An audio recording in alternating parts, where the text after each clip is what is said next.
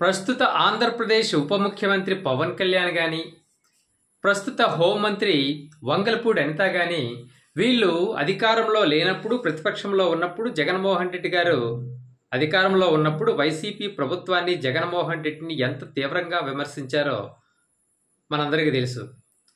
జగన్మోహన్ రెడ్డి ప్రభుత్వం ఒక అరాచక పాలన సాగిస్తోందని, రాష్ట్రంలో పూర్తిగా పరిస్థితులు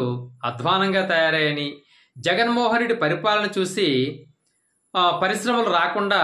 ఆగిపోయాయని, ఉన్న పరిశ్రమలు కూడా పోతున్నాయని, అంత అధ్వానంగా పరిస్థితి ఉందని, ఎవరెవరినో చంపేస్తున్నారని రకరకాలుగా ఆవేశంతో ఉగిపోయిన వీళ్ళిద్దరూ ఇప్పటి పరిస్థితుల్ని కనీసం తమకు పట్టనట్లుగా వ్యవహరిస్తుండడం చాలా అనుమానాలకు తావిస్తోంది. అప్పటి ప్రతిపక్షంలో ఉన్న పవన్ కళ్యాణ్ తనకు అధికారం ఇస్తే, తమకు అంటే కూటమికి అధికారం ఇస్తే శాంతి భద్రతలు ఎలా మేము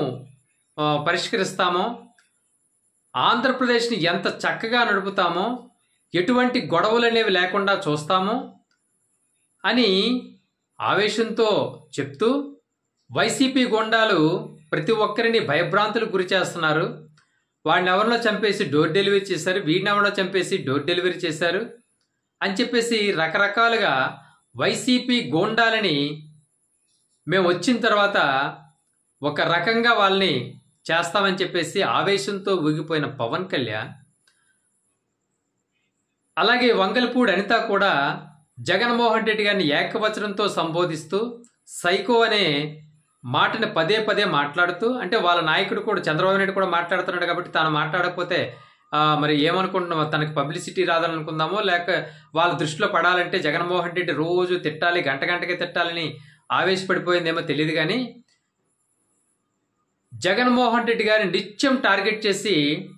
వీళ్ళు మాట్లాడుతూ ఉంటే, వీళ్ళ తాలూకా పత్రికలు, పచ్చపత్రికలు ఏవైతే ఉన్నాయో, పచ్చ ఛానల్స్ ఏవైతే ఉన్నాయో వీళ్ళకి విపరీతమైన ప్రాధాన్యం కలిగిస్తూ, విపరీతమైన ప్రచారాన్ని కల్పిస్తూ వీళ్ళని హైలైట్ చేశాయి. సరే,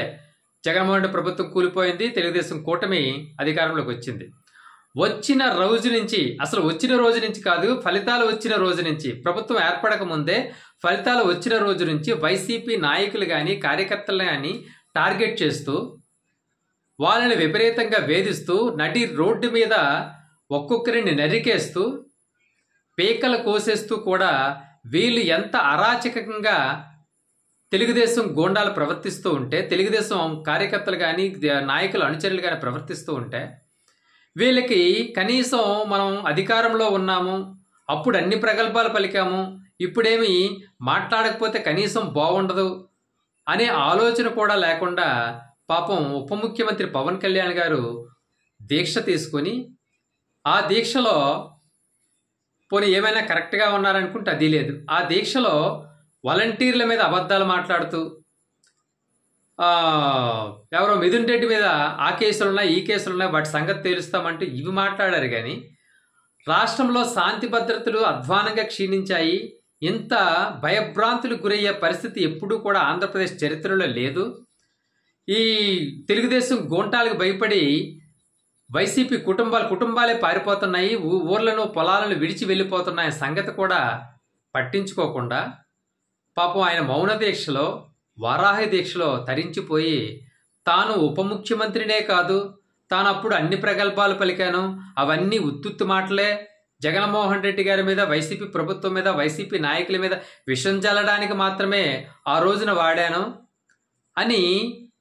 ప్రజలందరూ అనుకునేటట్లుగా ఈరోజు ప్రవర్తిస్తున్నారు. హోంమంత్రి వంగలపూడి అనిత అయితే తనకు ఈ శాంతి భద్రత సమస్యను అదుపు చేయాల్సిన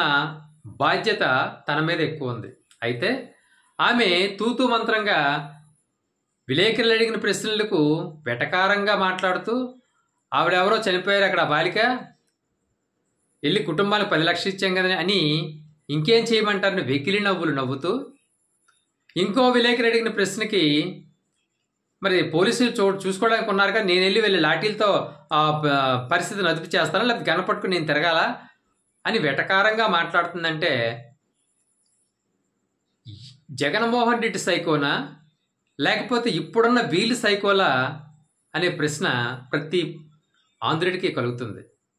అంతేకాకుండా ఇంత అధ్వానమైన పరిస్థితులు, బీహార్ కన్నా దారుణంగా పరిస్థితులు ఆంధ్రప్రదేశ్లో ఇప్పుడుంటే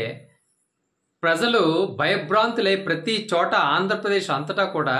బిక్కుబిక్కుమంటూ ఎవడేం చేస్తాడో, ఏ తెలుగుదేశం వాడు వస్తాడో అని ఒక్కొక్కరు భయపడిపోతూ ప్రాణాలు అరచేతిలో పెట్టుకుని ఉంటే, పాపం ఈవిడ ఇవేమీ పట్టనట్లు సింహాచలం ఒకసారి, తిరుపతి ఒకసారి, ఇలాగా మా చంద్రబాబు నాయుడు అధికారంలోకి వస్తే నేను తిరుపతి వస్తానని మొక్కుకున్నాను, మా లోకేష్ అధికారంలోకి వస్తే సింహాచలం వస్తానని మొక్కుకున్నాను అని మొక్కులు తీర్చుకుంటూ రాష్ట్రంలో పరిస్థితులు చాలా ప్రశాంతంగా ఉన్నాయని కలరింగ్ ఇవ్వడానికి చాలా ప్రయత్నాలు చేస్తున్నారు ఈ శుద్ధపూసలిద్దరు. ఈ శుద్ధపూసలు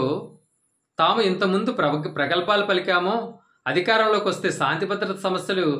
అణిచివేసి శాంతి భద్రత సమస్యలు అనేవి ఎలా ఉండాలో, ఎలాగా అసలు పరిస్థితులు ఎలా చక్కదిద్దాలో మాకు తెలుసంటూ విర్రవీగిన ప్రగల్భాలు పలికిన ఈ శుద్ధపూసలు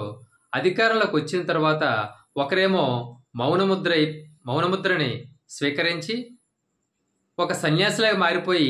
రాష్ట్రంలో పరిస్థితులు నాకేం సంబంధం లేదన్నట్లు ఒక ఆయన ఉండిపోతే, ప్రశాంతంగా పరిస్థితులు ఉన్నాయి, చంద్రబాబు అధికారంలోకి వస్తే తిరుపతి వస్తాను, లోకేష్ అధికారంలోకి వస్తే సింహాచలం వస్తాను, నేను అధికారంలోకి వస్తే ఇంకో దగ్గరికి వెళ్తాననే పని వీళ్ళు పలుకుతున్నారంటే ఈ శుద్ధపూసలు ఎంత బ్రహ్మాండంగా నటిస్తున్నారో ఇక్కడ అర్థమవుతుంది. అయితే పవన్ కళ్యాణ్కి ఎలాగ నటించడం అనేది వెనతో పెట్టిన విద్య కాబట్టి ఆయన నటిస్తున్నాడు, కానీ ఆయన బాటలోనే ఇవి కూడా ప్రయాణం చేస్తూ అంతకన్నా ఎక్కువగా ఆస్కార్ లెవెల్లో నటించేస్తూ ప్రశాంతమైన పరిస్థితులు ఉన్నాయని